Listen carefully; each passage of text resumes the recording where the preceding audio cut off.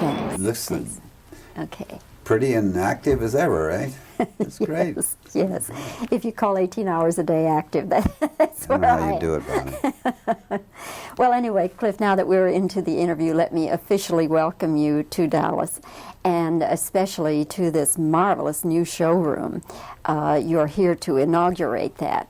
Are you able to see, what the possibilities are for this facility now?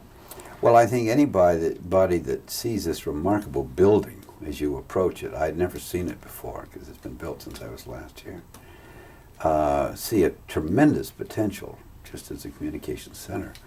But then when you come up and see, in this case, what AT&T is doing, you realize that this is a huge window to not only the people within the matrix of communication, but also the public in general to come in and get a window into what's being done. And of course, this whole thing has been marvelous for Dallas. I can appreciate that. I was so struck with the architecture of this building, the way they had been able, within a modern building, to implement it with the grace of the Victorian age. And even in a kind of a Georgian mode, I see the way the building is typical Georgian architecture, albeit with Victorian lace work, where one half is symmetrical to the other half. You can cut it in half or any way, and it's sort of balanced. It's a lovely building. I think it's charming. Cliff, how long have you been the spokesperson now for AT&T? Bobbie, this is the 4th year. I must say it's been a delight to work with these people. If it sounds corny, so be it, but it's been a wonderful familial relationship. They have been so generous. They knew from the beginning. They said, look, your pecking order is motion pictures, television plays, and then when you are free and we have some commercials to do, we will do them. And they've been very patient in between my other assignments, and I couldn't be happier with it. They're lovely people to work with. Do you see this going on and on and on? I never envisioned that because I think the lifespan of most commercial spokespeople is fairly short, but happily the campaign has been so successful that I guess as long as it's successful and people are happy with it, we'll just continue on. I certainly am delighted to work with them. Cliff, do you have any input at all into the commercials? Well, I guess anytime you're up there saying the words, you have a certain amount of input. Happily, because I'm a writer and a director as well, they allow me to have a certain amount of input, yes. When we get ready to do them, we go over the script and we discuss it, and I don't mean that I come in with my fists saying we're going to change. I don't believe in that. I mean, you have some very, very professional people putting this all together, but they still have a professional respect for me, and so that we have this kind of synergy working. Did this come about, obviously they were looking for some well-known person to represent them, but were you one of many being considered, or was there some sort of a personal friendship connected with somebody? No personal friendship or no relationship. As far as the company, I was told some 4 years ago that my agency told me that a major company, they didn't know who it was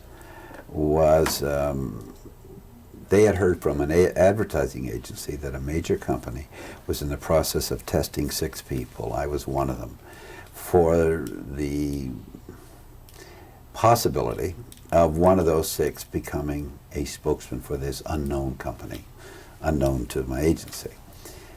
I was told that, and I said, well, that's very nice, and promptly didn't think much more about it, because like movies and everything else, you hear about something and you say, well, I'll believe it when it happens.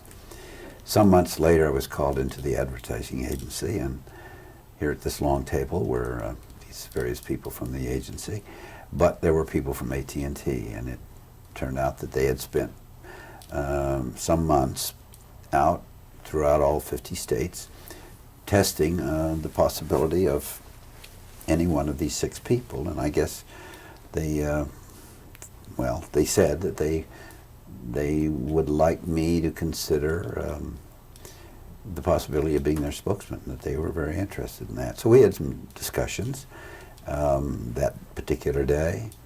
I said I was honored and flattered and all those things, but I would ask them at least two questions, one of which was, who is your CEO, your chief executive officer, and how did he or she get to be top? And they said, well, he then was a man named, is a man named Charlie Brown. I said, how did Mr. Brown start? They said, Charlie Brown started with AT&T climbing telephone poles. He was a repairman, and he literally climbed his way the old-fashioned way. He earned it. He went up to the very top and became the chief executive officer, a very successful chief executive officer, a very respected and well-loved officer.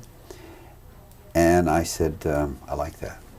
I like that. This was no silver spoon that some great-grandson or grandson of the beginning of the company. This was a man who had earned it the old-fashioned way. He'd worked it and he'd earned it. So when he retired 2 years ago, Jim Olson took over the reins, and I asked the same question about Mr. Olson. And they said Jim Olson started at 17 in the Midwest, cleaning the silt from the rims of manhole covers that covered over the telephone lines. And he was then made, and rightfully so, the chief executive officer to follow Charles Brown, who had retired at the mandatory age. And sadly, just about 6 days ago, we lost Jim. He'd only been there 2 years, but he made a very definite and positive mark in the short time he was our officer. He died very suddenly, and the funeral is Saturday. And he was there during probably the most difficult time, wasn't he? Charlie Brown would have to have been, he was there during the divestiture. So Charles was there during the most critical time, but then that's all critical time when you're trying to regroup and regrow, if you will, after over 100 years as the established phone company. Then they have to start. So, you know, they're still climbing out of the trenches, if you will, but it's been a very successful climb. I mean, happily our campaigns have been very successful, the advertising campaigns, and the stocks have shown the health of the company. So both of those men deserve all the credit in the world. And Mr. Allen, who's taken place, Bob Allen, who's taken Jim's place, promises to do equally brilliantly.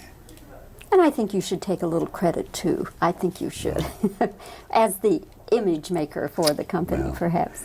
I'm just given the words to say, and I amplify them. And the other thing I was going to mention, that in that first meeting with the AT&T people, when we discussed the possibility of my being a spokesman, I made a request. I said, look, as an actor, I'm willing to say whatever the character I am portraying will say, whether a play or a television show or a movie, is within the parameters of good taste. I will say whatever that character says.